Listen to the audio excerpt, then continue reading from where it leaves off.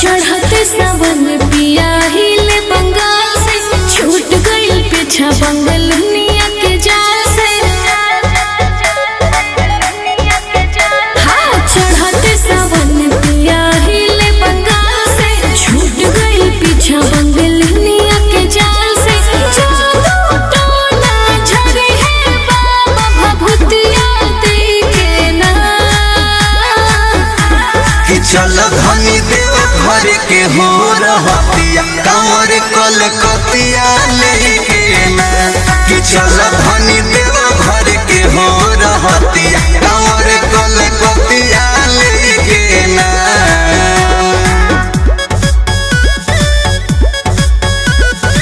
Music by Arya Sharma.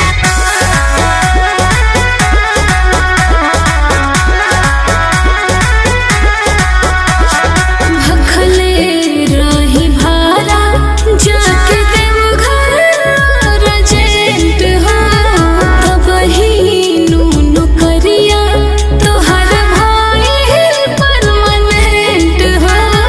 जहिया से हमसे भूल भइल बा तहिया से जिंदगी में भूल भइल बा। काके दर्शन पूजन भंग बिलपतिया धइ के ना।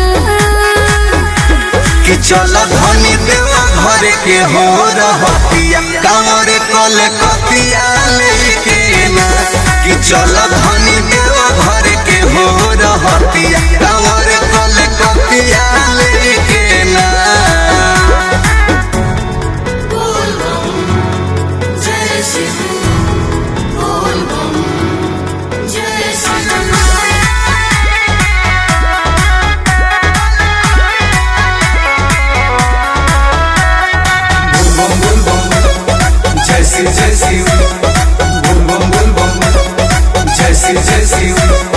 बाबा से बोल कवन वैद औरियो झा कवनो भी समस्या नहीं टिके उनका सोझा।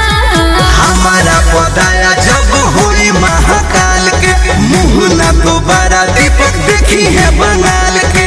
पंकज से संकल्प कराए फूल छतिया दई के ना। कि चल धनी देवा घर के हो रहतिया कांवर कलकतिया लेके ना। कि चल धनी देवा घर के हो रहतिया कांवर कलकतिया लेके ना।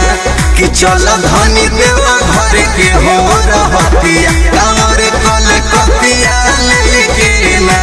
कि चल धनी